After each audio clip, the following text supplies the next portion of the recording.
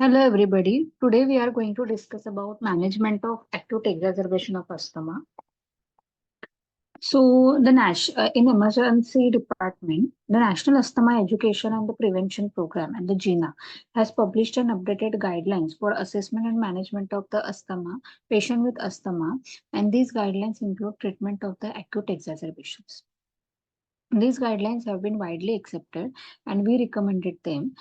Initial management of the patient with acute exacerbation of asthma is based on the physician's assessment of the degree of acute obstruction and the patient's response to initial bronchodilator therapy.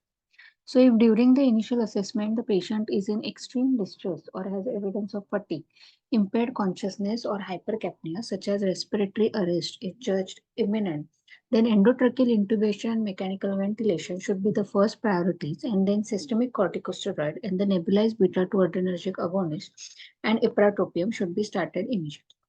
So, on the other hand, when the respiratory arrest is not impending within the minutes, 2 to 4 liter of minute of supplemental oxygen should be initiated if not already started, and keep the oxygen saturation between 93% to 95%.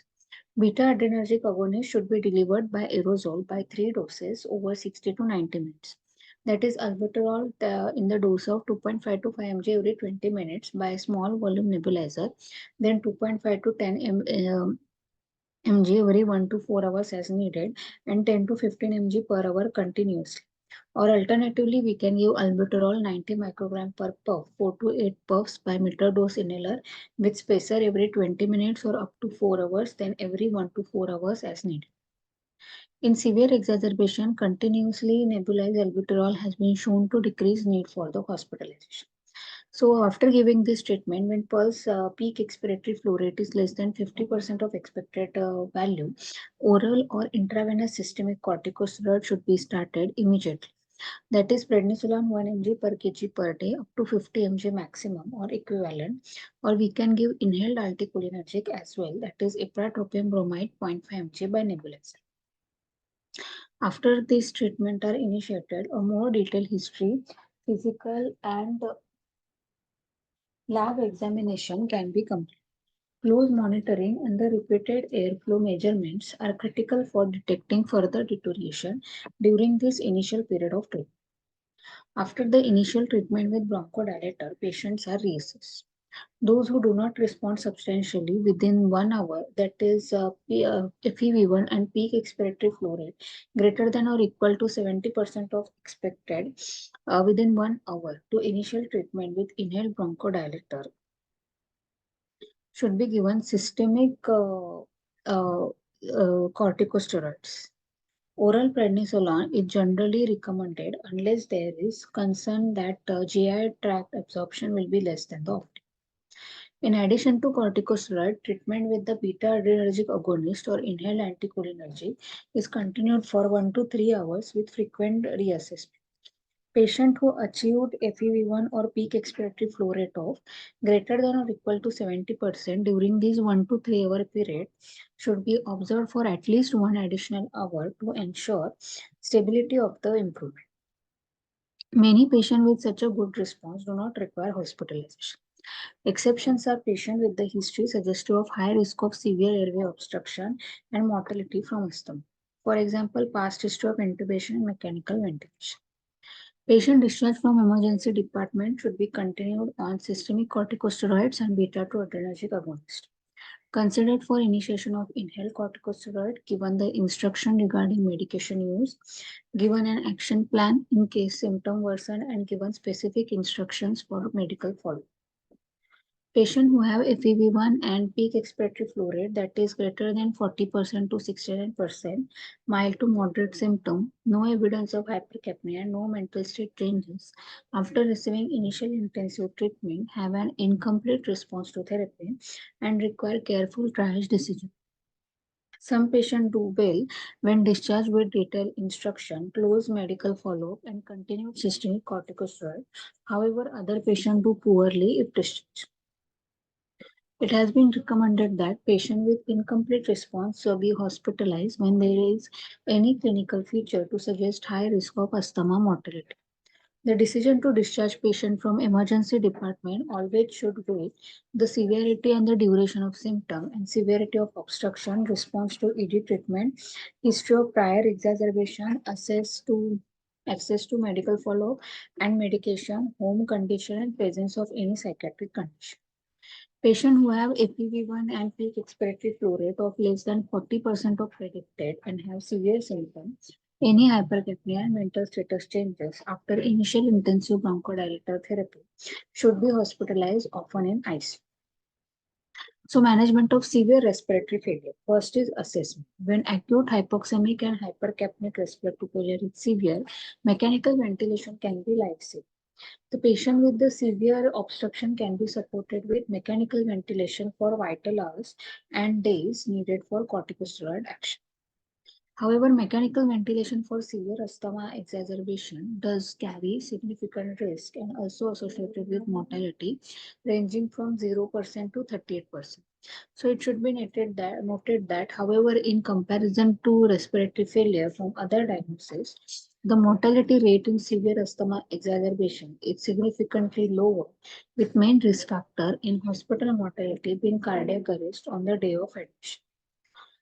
This justifies the aggressive measures like mechanical ventilation and vital therapy.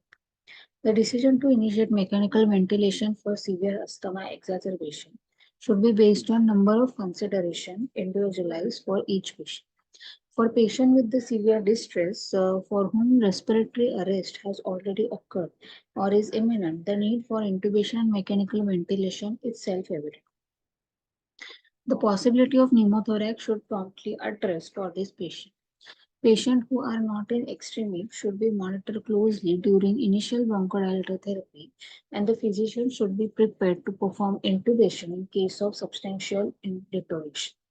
The decision to intubate during severe asthma exacerbation is the clinical judgment. For severely obstructed patients with decreasing objective measures of airflow, worsened mental status, and signs of respiratory muscle fatigue, despite bronchodilator therapy, urgent intubation and mechanical ventilation should be strongly considered. In general, any patient who responds poorly to initial bronchodilator therapy and has initial PaCO2 of 40 mmHg or more in association with moderately severe hypoxemia should have close serial clinical assessment and ABG monitor. For patients with the PCO2 of more than 55 to 70, increasing PaCO2 in association with PO2 of less than 60 and the presence of metabolic acidosis, intubation and mechanical ventilation should be strongly considered. However, it is emphasized that when clinical signs indicate a need for intubation, decision to intubate should be made immediately and never delay for lab testing such as ABG result. The role of non-invasive positive pressure ventilation for acute asthma is not well established in the literature and guidelines do not recommend its routine use. Guidelines do emphasize the close monitoring and avoidance of sedation if a non-invasive mechanical ventilation is attempted as means to avoid intubation in individual cases. Now regarding endotracheal intubation. Airway control should be established by most experienced person available because even minor manipulation of larynx and trachea can precipitate vagal reflexes that elicit laryngospasm and bronchospasm. Atropine can be given before intubation to attenuate these vagally mediated reflexes. Lidocaine can be used to achieve topical anesthesia of the hypopharynx and larynx, but even lidocaine has been associated with bronchospasm. Administration of short and the rapid-acting intravenous benzodiazepine often can facilitate patient relaxation and pre-oxygenation, allowing time for controlled intubation that minimally irritate the larynx and the trachea. Opioids are not used for intubation sedation in asthmatic patients because some narcotic can provoke nausea and vomiting and theoretically can provoke histamine release that worsen the bronchospasm. Oral rather than nasal intubation is preferred for patients with severe asthma exacerbation because nasal polyps and sinusitis are common in asthma because oral route allows the placement of large endotracheal tube. Regarding invasive mechanical ventilation, the guiding principle of mechanical ventilation during severe asthma, exacerbation of asthma, is to provide adequate oxygenation while minimizing risk of barotrauma. Because the risk of barotrauma is related to dynamic hyperinflation of the lung and high plateau airway pressure, ventilatory strategies that minimize lung volume and airway pressure should be used. Now, regarding the goal of mechanical ventilation, try to maintain oxygen saturation that is more than 95. Minimize dynamic hyperinflation that is decrease minute volume, increase expiratory time, except the hyper. So, while setting the mechanical ventilator, volume mode is preferred. Initial ventilator settings are tidal volume of 6 to 8 ml per kg of idle body weight, respiratory rate of 10 breath per minute, peak inspiratory flow of 60, constant flow pattern of 80 to 90 liter per minute with decelerating flow pattern, inspirator to expiratory ratio of 1 is to 4, and PEEP is 0 as long as the patient is sedated and paralyzed. In passively ventilated patients with expiratory flow limitation, the addition of external PEEP or total PEEP does not change the degree of hyperinflation until it approximates 80% of original.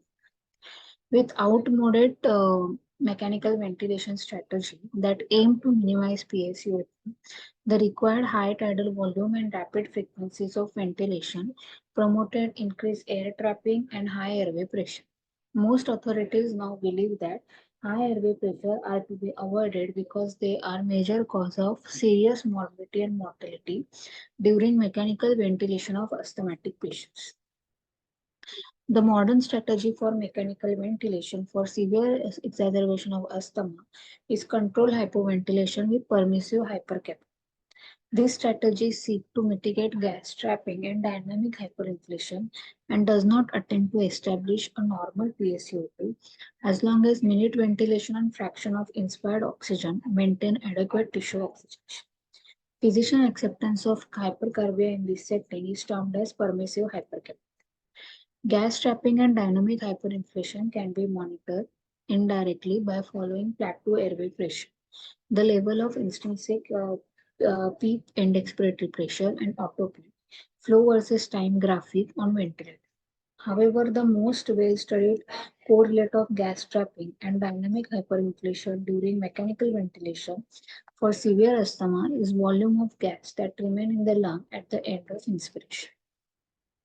When volume of the air at end of inspiration above functional residual capacity exceed 20 ml per kg, there is increased risk of hypotension and barotrauma.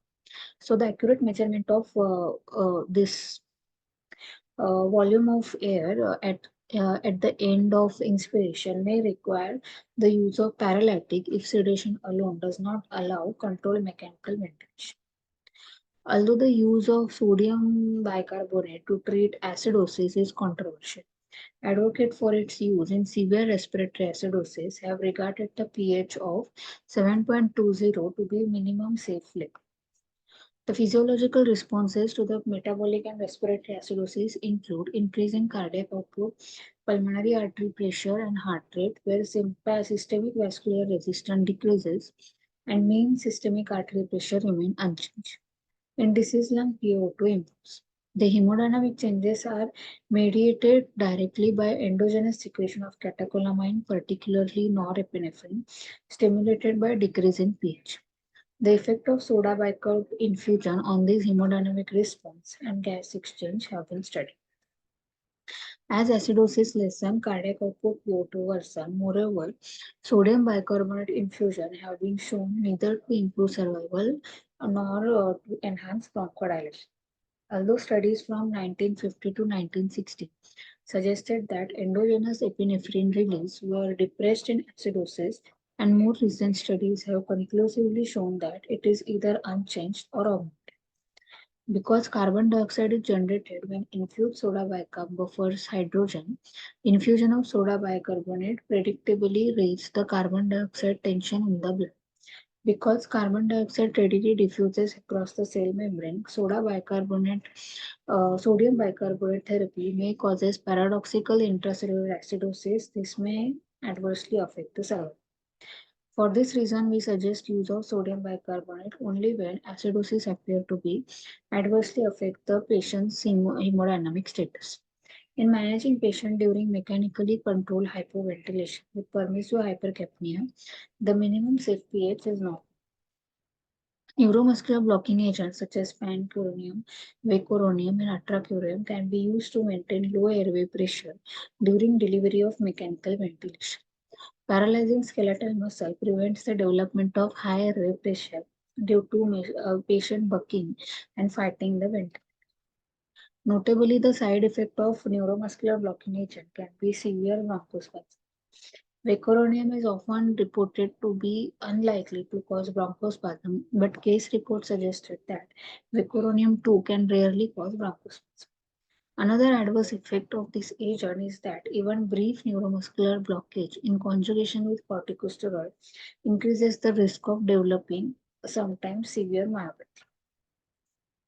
Because all patients with severe exacerbation of asthma are treated with corticosteroid, paralyzing agent should be avoided whenever possible.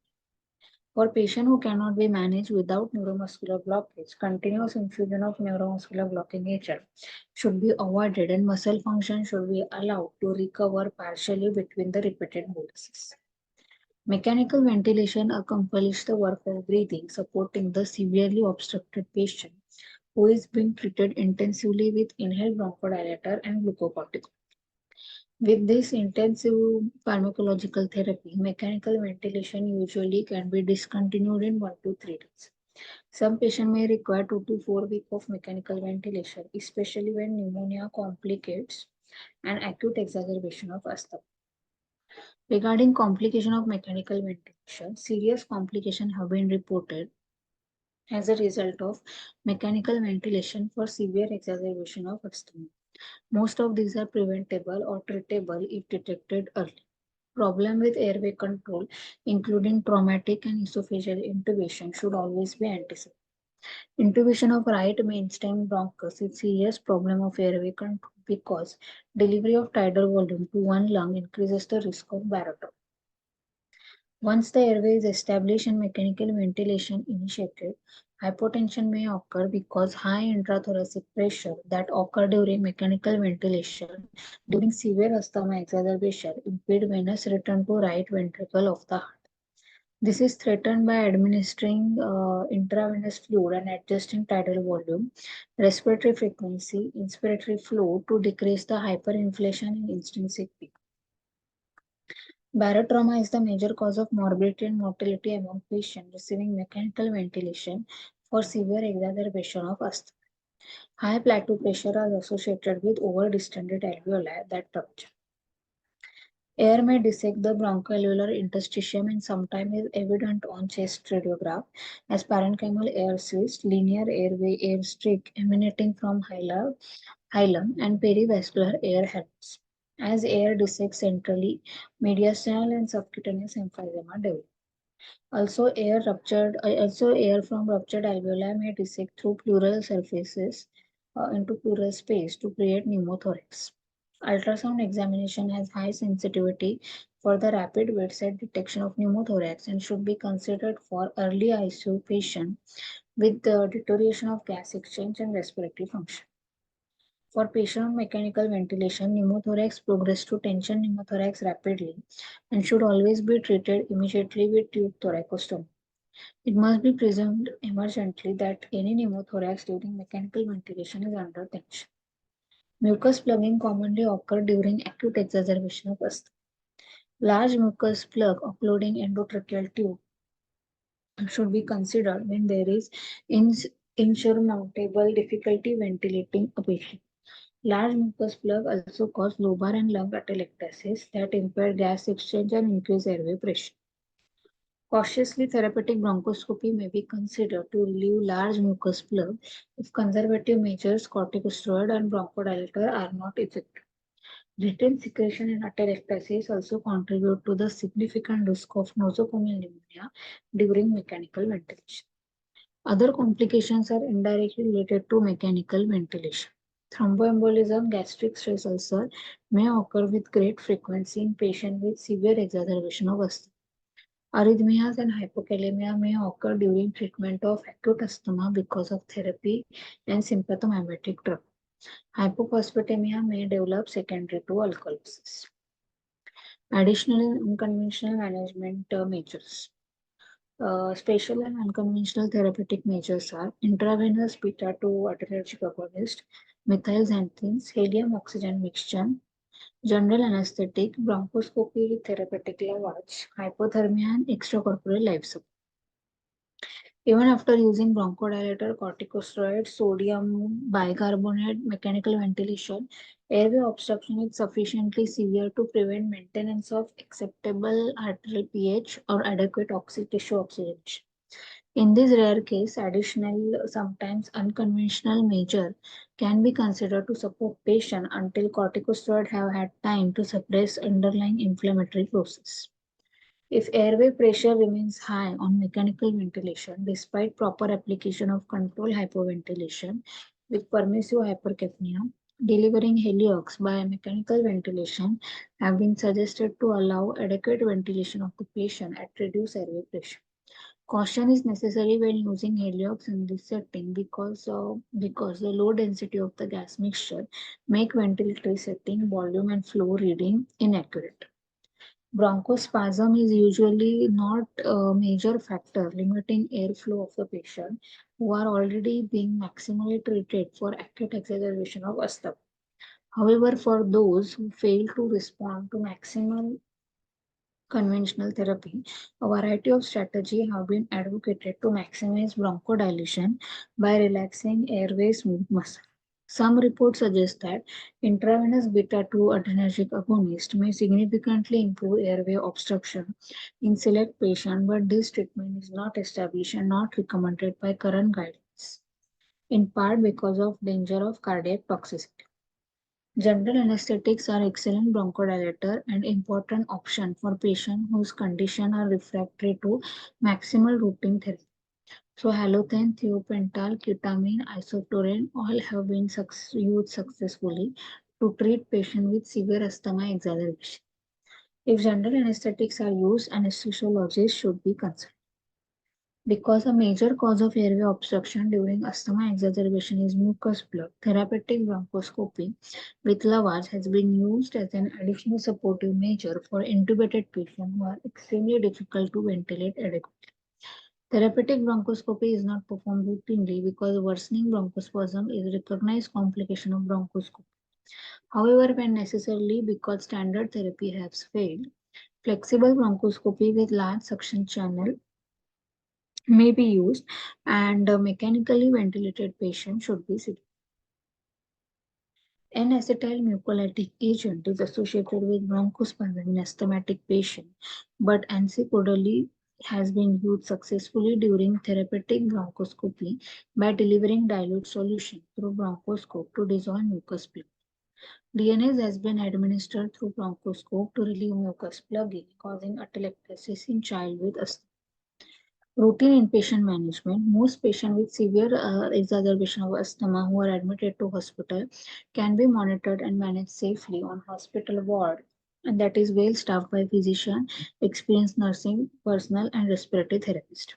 However, patients with severe airway obstruction who are at great risk, high risk of mortality from asthma, especially those with an elevated PSO2 or changes of mental status, despite initial intensive bronchodilator therapy, need the close monitoring of ICU setting for possible intubation and mechanical ventilation. Pharmacotherapy for hospitalized patients include continuation of inhaled beta-2 adrenergic agonist systemic corticosteroid beginning emergency department. Specifically, it is not recommended that ipratropium bromide be routinely continued once the patient is hospitalized. For patients with severe airway obstruction and only transient relief from treatment, inhaled beta-2 adrenergic agonist can be administered as frequently as needed, that is every 20 minutes. For patients with less severe obstruction and those with intolerable side effects, frequency can be reduced. Most patients require beta-2 adrenergic agonist minimum of every 4 hours. However, study has shown that add a libitum administration of albuterol every 4 hours is as effective as regularly timed administration of albuterol. Evidence indicate that delivery of beta-2-adrenergic agonists by small volume nebulizer and delivery by metered-dose inhaler with spacer give equivalent results. Most hospitalized patients begin to show improvement in expiratory airflow after 6 to 12 hours of systemic corticosteroid therapy, but improvement sufficient for hospital discharge frequently takes 2 to 7 days. In one series, mean length of hospital stay was 4 days with a range of 0.5 to 70 days. Expiratory airflow should be followed to assess patient's progress. Patient exercise tolerance and peak expiratory flow rate usually improve incrementally during hospitalization, but it is common for patients recovering from exacerbation to have hospital course punctuated by period of worsening dyspnea, especially at night. These episodes of nocturnal worsening require patient assessment but generally respond well to inhaled beta-2-adrenergic agonist. When the expiratory flow rate does not improve during initial days of hospitalization, additional or alternative diagnosis, especially laryngeal dysfunction, congestive heart failure, pulmonary thromboembolism, as well as GERD, sinusitis should be reconsidered. At the hospitalized patient recovers, the intensity of therapy is decreased gradually. When the patient has minimal or no wheezing and is no longer awakened by dyspnea at night, can tolerate activity without oxygen desaturation of hemoglobin, and has expiratory flow rate that have substantially improved, then he or she should is ready for hospital discharge. Patient generally should have peak expiratory flow rate of at least 70% baseline at the time of discharge. Other patients with an incomplete response to therapy should be assessed individually.